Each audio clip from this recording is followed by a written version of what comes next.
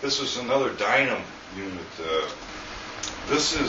And I had good luck with real good luck with the Dynam A10. I like the radio. Even though it's FM, it's solid. So I couldn't pass up the Spitfire. Nice looking unit. Let's look inside the box. Got decals. Got a very nicely detailed wing. Servos are installed. Push rods are already in. All wired. Looks nice, huh? Fuselage. Very nicely done too. All put together. We've got a brushless motor on there. Let's take a look inside the canopy. Servos are in. Speed controller's in down there. Servos, push rods, everything's in. Magnetic canopy. Nice. All hinged, ready to go. Rest of the stuff in the box. We've got 2 spare propellers, landing gear with wheel pan. Pretty nice. We've got split elevators here. You can put those on. We have 1250 milliamp battery, LiPo, balance charger, AC adapter. 1.5 amp. That's stout. That's good. I like that because they give you that. Spinner made out of that EPO foam. It's almost indestructible. And we've got here transmitter. I like this Dynam transmitter. I like the indicators. I like the feel of it.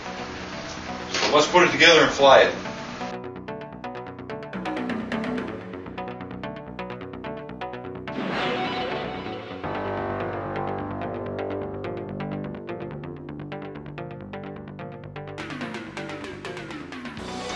Okay, folks, got the Spitfire all done. It's a beauty. I want to tell you about a couple of things. First of all, when you install the elevator back here, you have to put the metal wire in first before you glue in these. Once the 2 horizontal stabs are glued in, then you can glue your wire down. Now, I used everything that was super glue, but I also put a piece of clear tape over top of this just for added safety. The wing was kind of hard to push together. It's got a bit of a gap here. I don't know, I can't get it any closer, but it's got a spring-loaded clip back here to clip the wing on. So I did that, glued the wheels in, got the motor in, got a magnetic canopy. Everything is all set up in here. All we have to do is put the battery in it. There was really no other issues. If you ever build model airplanes, little tiny issues that are involved around these models are really nothing to months and months and months of building balsa planes. So I'm not too worried about it. I think it's going to fly good. Let's go take it for a flight.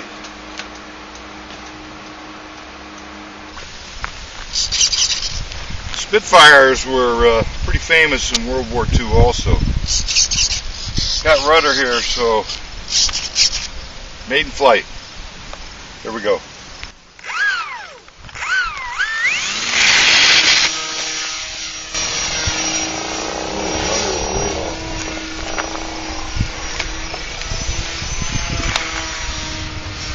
Looks like it needs a little bit of trim job here.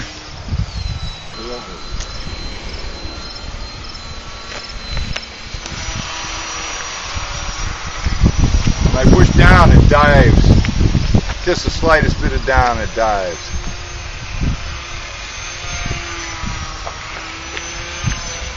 Just goes up and down. Like this. This is going to be tough to land, folks. All right, are we clear? We're clear.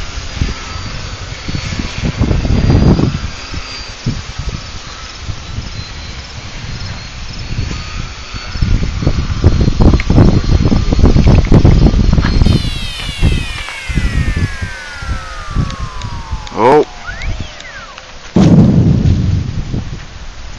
It won't glide.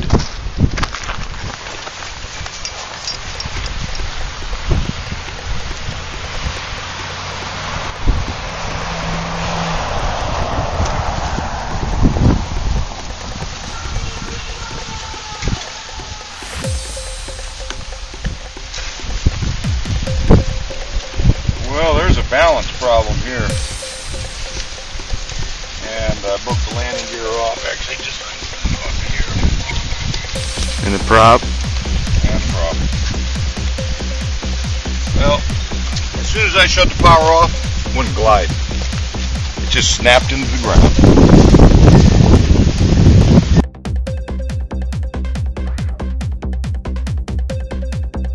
See, there's where the pin was. This is where I'm going to put it, but I have to make the hole the same size as that. Put this in.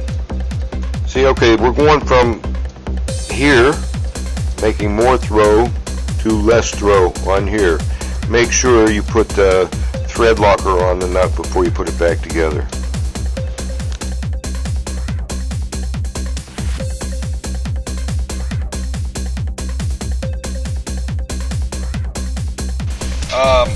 It was really tail heavy and pitchy the first time that I tried to fly it. And so I had to add 120 grams of clay into the nose just to get it balanced. The CG is on the wheels. I bent the wheels forward, and best always to balance low wing plane upside down. You see this is level now, but I would rather it hang. But we're going to give it a shot. It ought to penetrate. So here we go.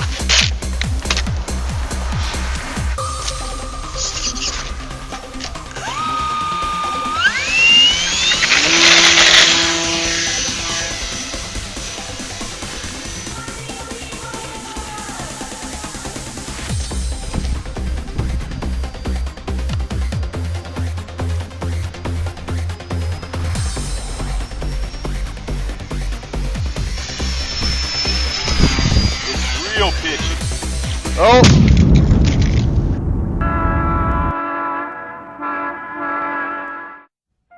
Oh. It was still tail heavy. Was it not? I don't know. It just doesn't want to glide.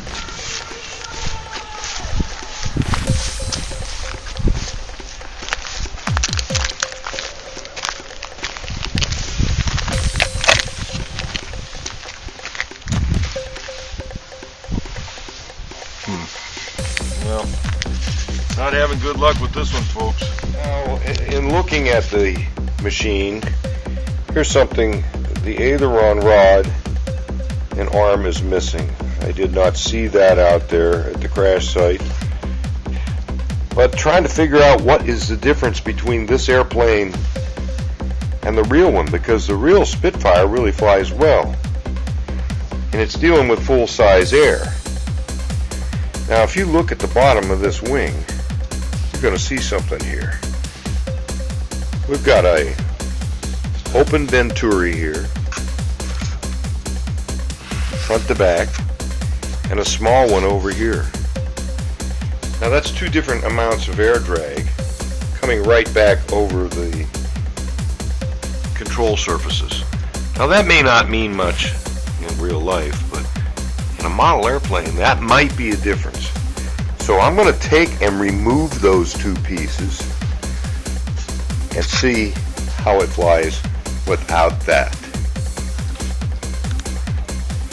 Okay, I've cut off this nacelle, and you can see there's a lot of drag in here.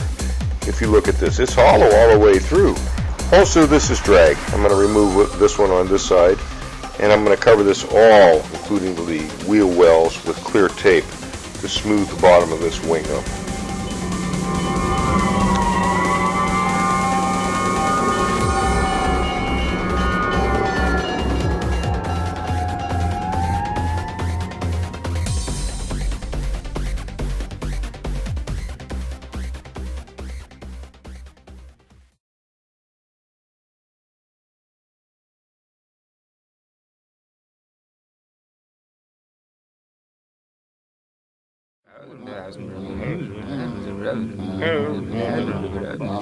Did he say Spitfire?